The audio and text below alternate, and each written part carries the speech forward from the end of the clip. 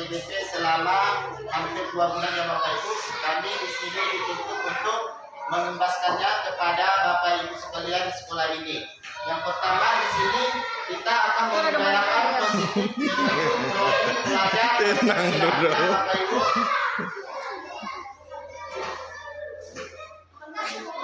Oke, budaya positif di lingkungan sekolah perlu dilakukan. Upaya ini merupakan wujud sinergitas karakter building pada siswa di lingkungan belajar di tengah kurang ada siswa yang dilakukan di SDN 140 pada perusahaan. Hal ini merupakan upaya untuk menanamkan budaya positif kepada siswa untuk membangun generasi yang bermanfaat. Dalam menciptakan budaya positif ini Bapak Ibu, kita perlu memperhatikan lebih mendalam tentang strategi yang menumbuhkan lingkungan yang positif di sekolah. Untuk mendukung pembelajaran yang bermakna dengan cara melakukan berbagai upaya dalam menerapkan dan meningkatkan disiplin kesungguhan, mengontrol murid, menjalankan dalam menerapkan budaya positif. Ya, sini kita lihat salah satunya budaya malu di SDN 140 Padang Sungsangan. Salah satunya kampanye budaya positif yang bermanfaat, media sosial yang berbentuk video dan poster. Ya Bapak Ibu, hal ini dirasa efektif karena dekat dengan keseharian belajar siswa dalam metode luring maupun daring. Dan selanjutnya Bapak Ibu, salah satu budaya malu di SDN 140 Padang Sungsangan yaitu budaya positif yang bermanfaat. Ya, ini bisa kita buat dalam media sosial maupun poster ya Bapak Ibu. Ini saya rasa bisa efektif karena dengan keseharian belajar siswa dalam metode tatap muka.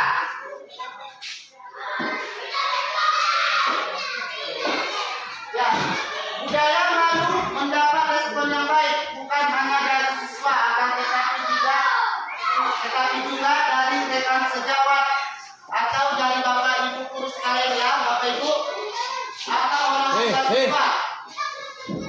Hal yang lain siswa menjadi lebih sadar akan kepentingan berbudaya positif. Jadi harapannya ke depan menjadikan budaya lingkungan sekolah lebih humanis, bermartabat dan akhirnya menjadi keyakinan kelas ya. Karena tadi saya sudah membuat keyakinan kelas di dalam kelas sebagai contoh ya. Adanya salah satu langkah budaya positif akan bermanfaat untuk diharapkan dalam rangka mewujudkan merdeka belajar.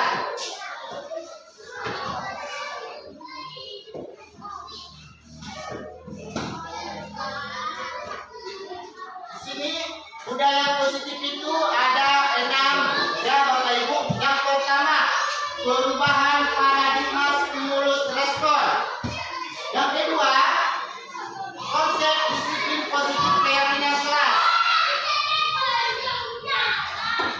Yang selanjutnya, pemenuhan 5 kebutuhan dasar manusia, 5 posisi kontrol, dan yang terakhir segitiga restitusi. Yang pertama tadi perubahan paradigma stimulus respon. Ya, perubahan paradigma stimulus respon yaitu untuk membangun budaya positif, sekolah perlu menyediakan lingkungan yang aman dan nyaman agar murid mampu berpikir mandiri dan mencipta dengan merdeka mandiri dan bertanggung jawab. Salah satu strategi yang perlu ditinjau ulang adalah bentuk disiplin yang dijalankan selama ini di sekolah-sekolah kita. Ya, selanjutnya Bapak Ibu,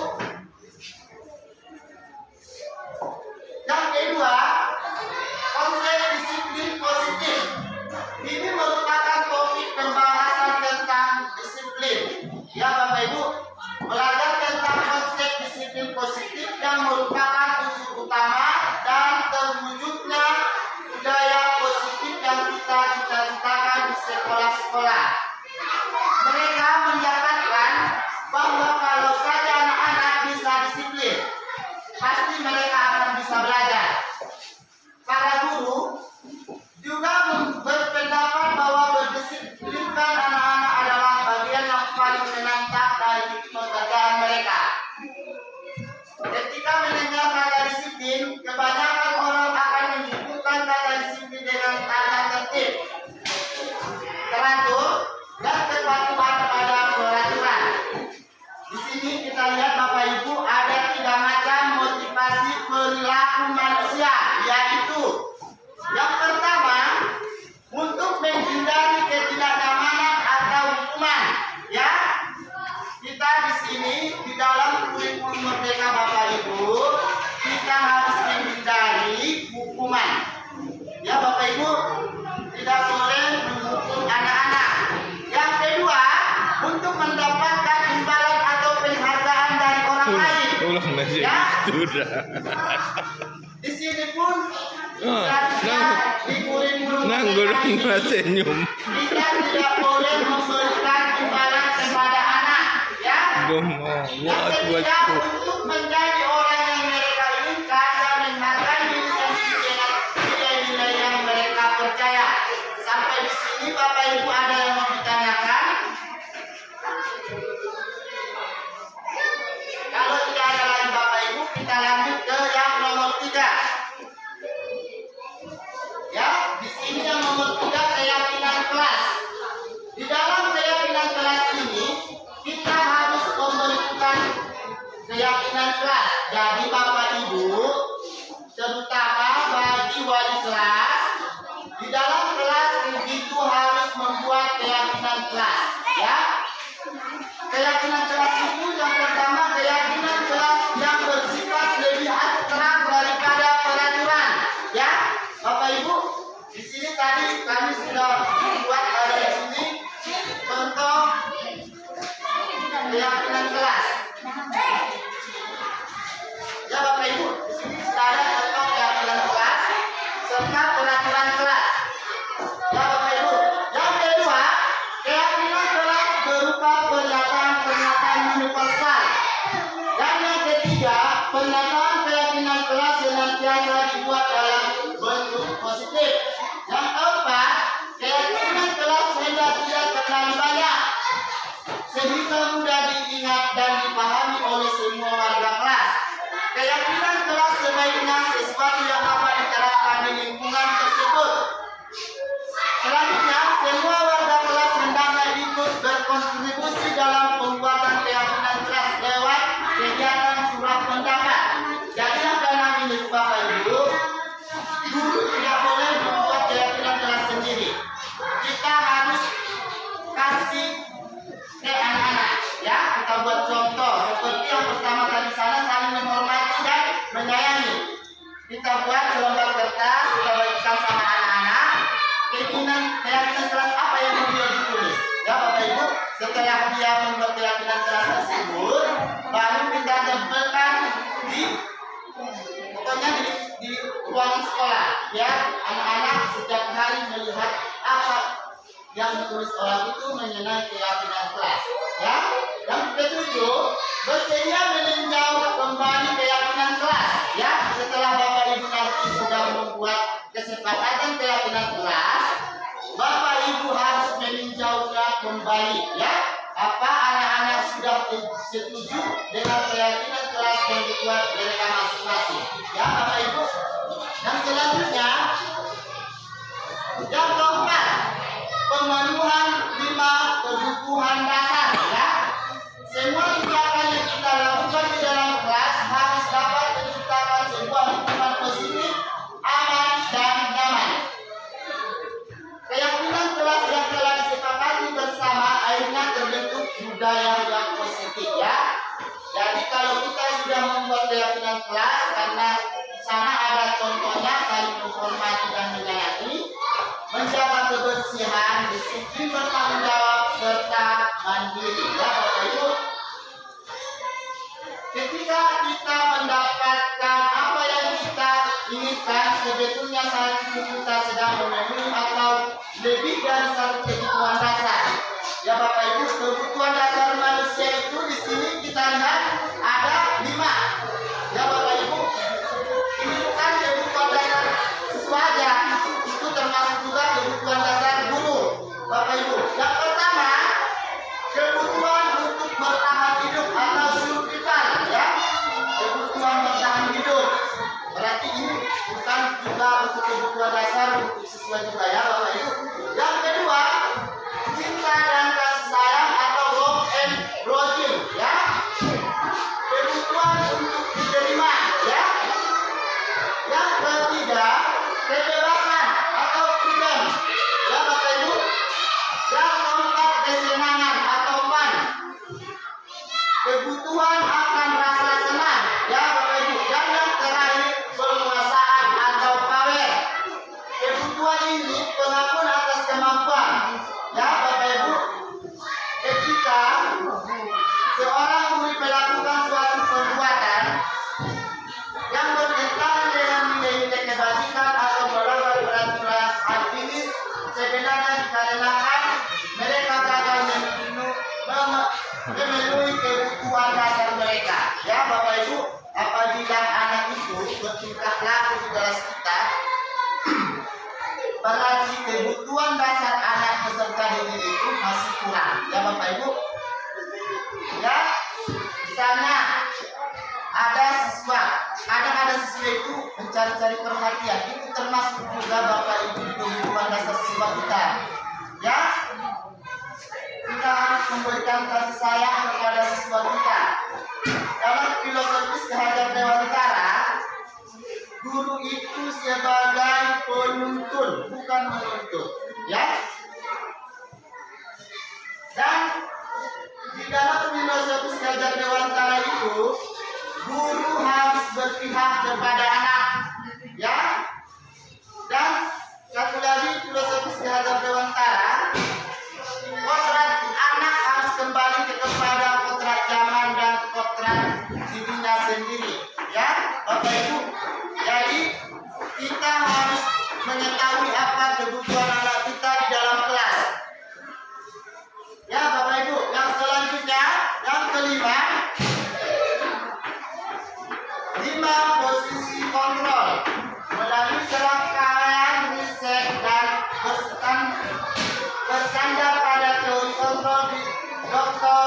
William Russell Mosen berkesimpulan ada 5 posisi kontrol yang diterapkan seorang guru, orang tua ataupun atasan dalam melakukan kontrol.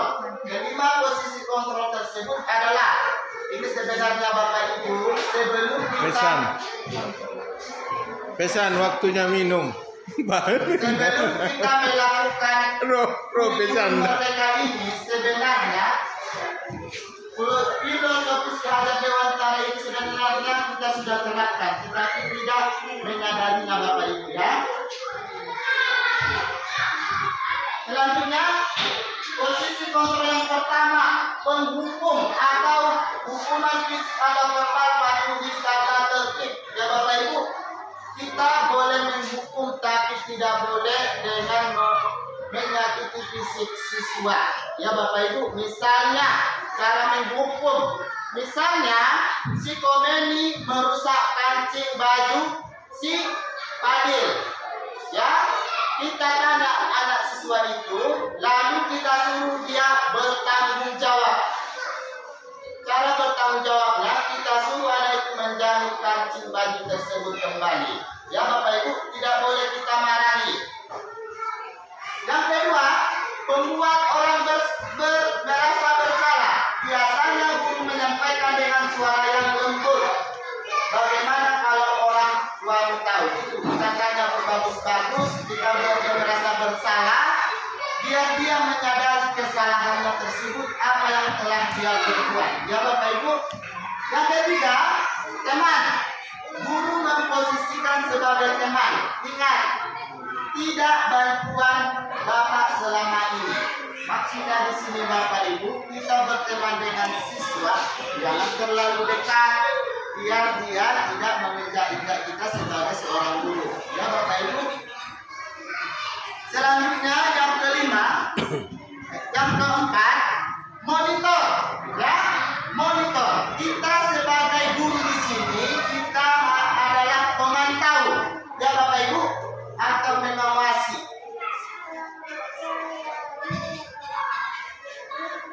Kita harus mengawasi apa yang telah dilakukan siswa kita. Ya Bapak Ibu. Yang kelima, yang terakhir, manajer. Ya, mempersilahkan murid untuk bertanggung jawabkan perilakunya dan mencari solusinya. Itulah Bapak Ibu 5 posisi kontrol yang diterapkan dalam kurikulum Merdeka Belajar. Ya Bapak Ibu.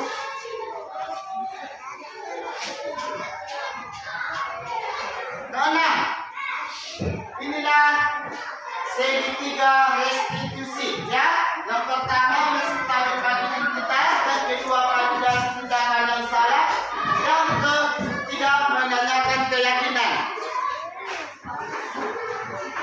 Inilah Bapak Ibu pengertian segitiga restitusi. Segitiga restitusi adalah proses menciptakan kondisi bagi murid untuk memperbaiki kesalahan. Tadi kita sudah bahas di 5 posisi kontrol ya Bapak Ibu. Langkah-langkah dalam melaksanakan segitiga restitusi. Yang pertama, menstabilkan identitas, yaitu kita semua akan melakukan hal terbaik yang bisa kita lakukan ya. Apabila ada siswa yang bermasalah, kita harus menstabilkan dulu. Ya Bapak Ibu, kita tanyakan apa permasalahannya. Yang kedua, validasi tindakan yang salah. Ya, kita cari tahu di mana kesalahan siswa tersebut. Atau semua perilaku memiliki alasan. Ya. Yang ketiga, menanyakan keyakinan kelas. Ya, setelah kita menstabilkan identitas, validasi tindakan yang salah, kita kembali keyakinan kelas. Kita tanya siswa tersebut, keyakinan kelas mana yang belum dia penuhi. Ya Bapak Ibu, misalnya saling menghormati dan saling menyayangi. Itulah yang belum dia penuhi. Misalnya seperti siswa yang sudah berkelahi. Ya kan Bapak Ibu? Selanjutnya,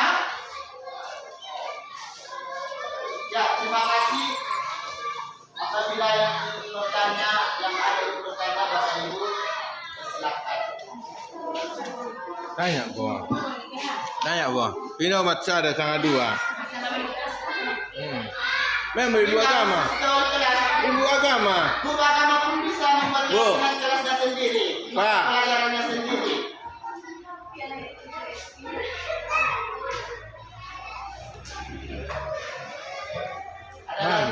Baik, saya ada pino ibu agama. Saya Pak kurang paham di filosofi Ki Hajar Dewantara. Coba tengok kamera aku.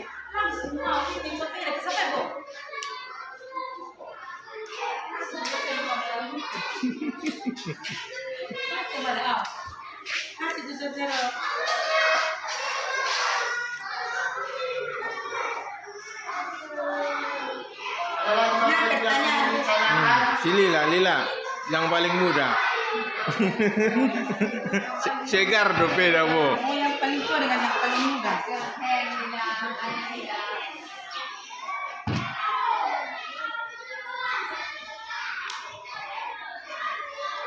Bagaimana Bapak Ibu kalau nggak ada lagi? Mantap dorasa nanti sudah. Kita cukupkan presentasi kita hari ini.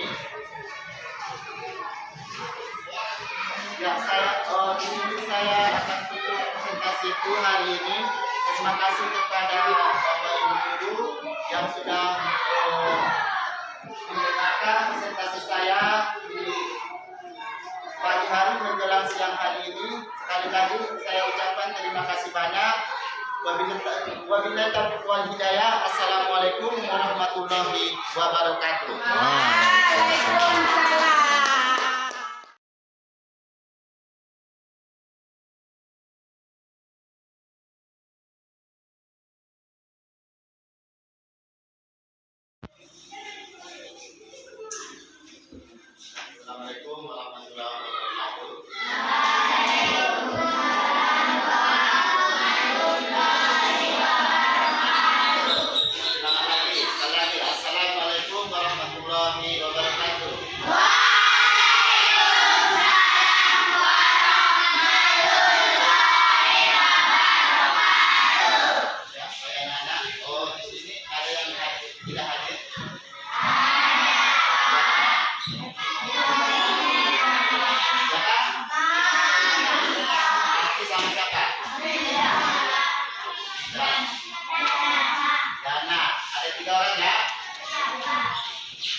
sebelum kita mulai materi kita hari ini, coba dulu kali ini bahannya dulu.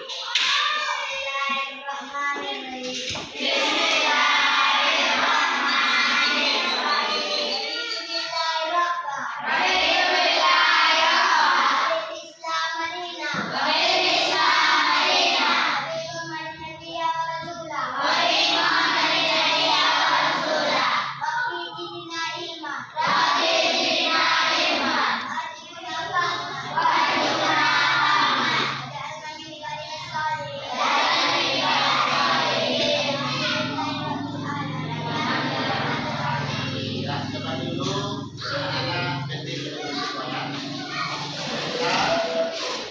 Kalian tahu itu apa? Sudah belajar? Tahu? Nah, coba dulu. Kemudian dipimpin dulu ke depan.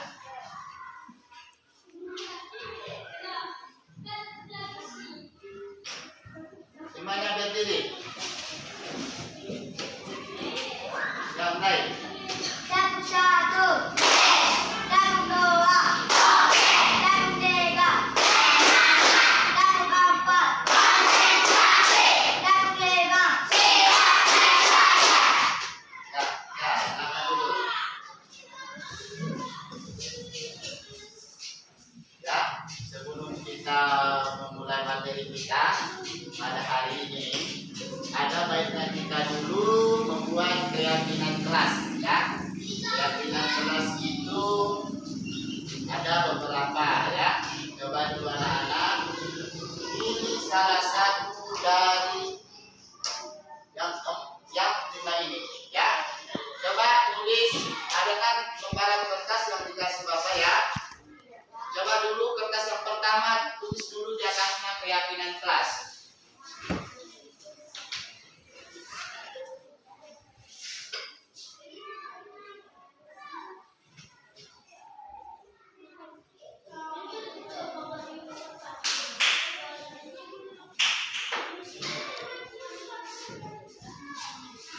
Sudah? Sudah ditulis? Apa yang tulisan pertama? Keyakinan kelas. Coba dulu anak-anak pilih salah satu dari yang 5 itu. Tuliskan di bawah keyakinan kelas. Satu aja, ya.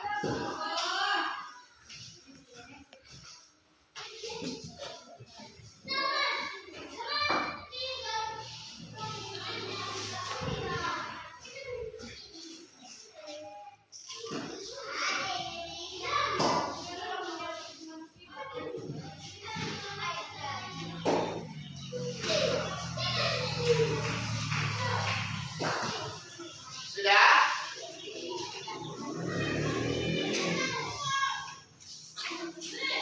Sudah siap? Coba dulu, kami main ke depan.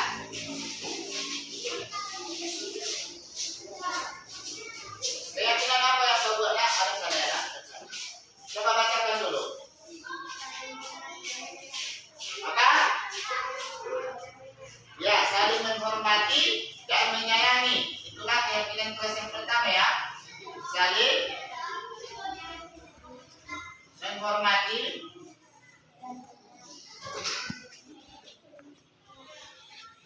dan menyayangi. Ya, silakan dulu. Terima kasih, Nak.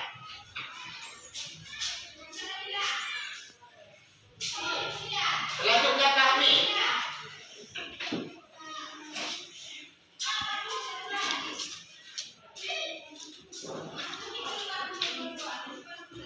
Coba bacakan dulu, Nak, apa yang kau buat?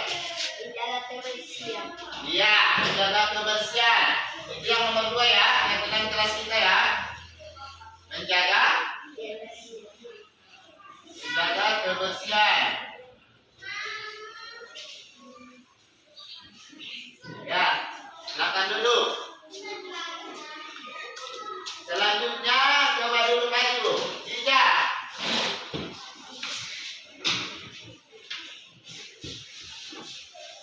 Coba bacakan yang tulisnya. Kamu dapat siapa? Ya, silakan dulu.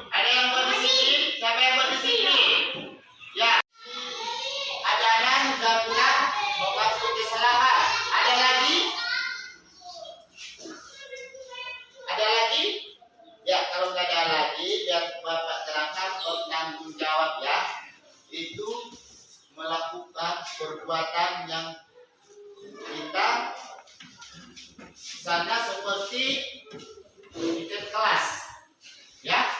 Udah dibuat tiket kelas, itu harus dikerjakan, ya. Itu harus tanggung jawab kita, ya.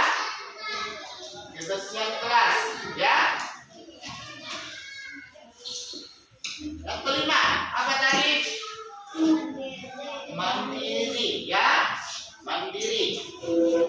Di rumah pun, gak usah di sekolah aja, di rumah pun kita harus mandiri, ya. Inilah keyakinan kelas kita di dalam kelas ini, ya.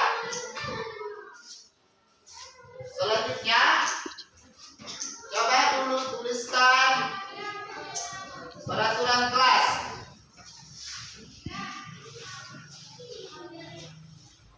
Coba dulu di atasnya buat seperti tadi, ya.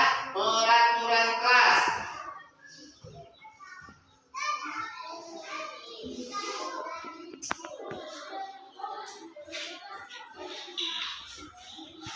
Sudah?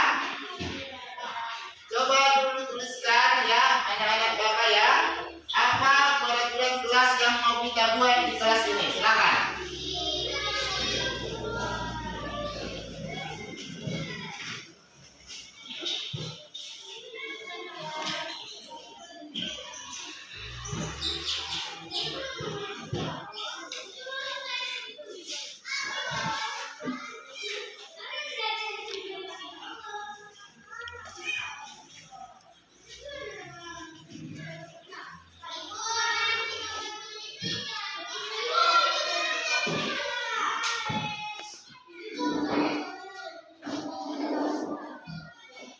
Udah siap?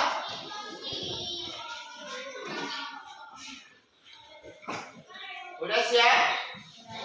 Sudah. Coba. Sini anak, maju ke depan.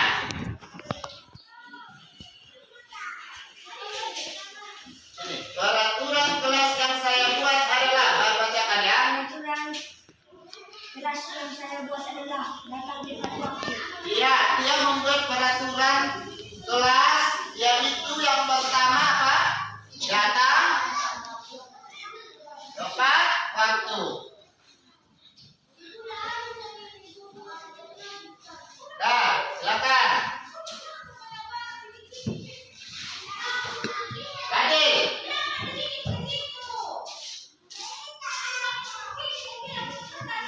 Tidak boleh meninggalkan waktu. Apa? Tidak boleh meninggalkan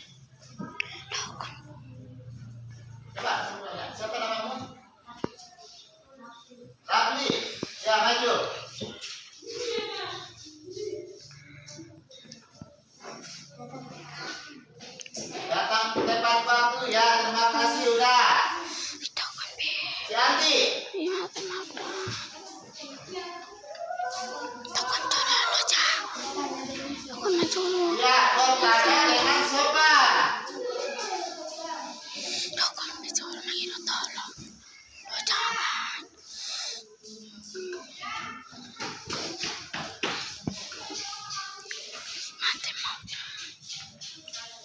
Rasa.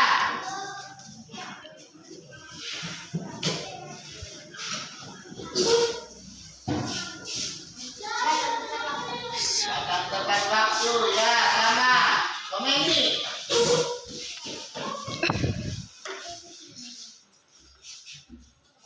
Bertanya dengan Ya, bertanya dengan sopan, udah. Terima kasih. Coba kami.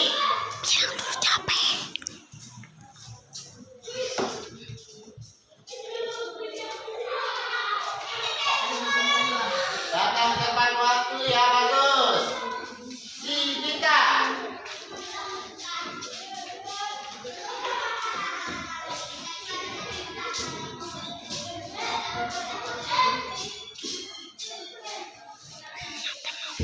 Datang tepat waktu, bagus. Amel.